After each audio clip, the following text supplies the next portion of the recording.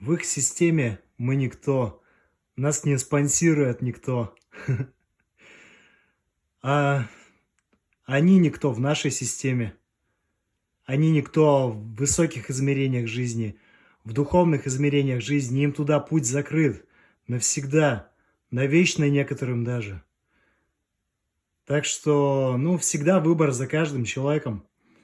Быть в системе в этой, созданной демонами, либо быть свободным человеком, независимым, максимально свободным, имеющим право сказать то, что нужно сказать. Это право всегда есть. Никто его не отберет никогда. Пока ты жив, ты можешь говорить.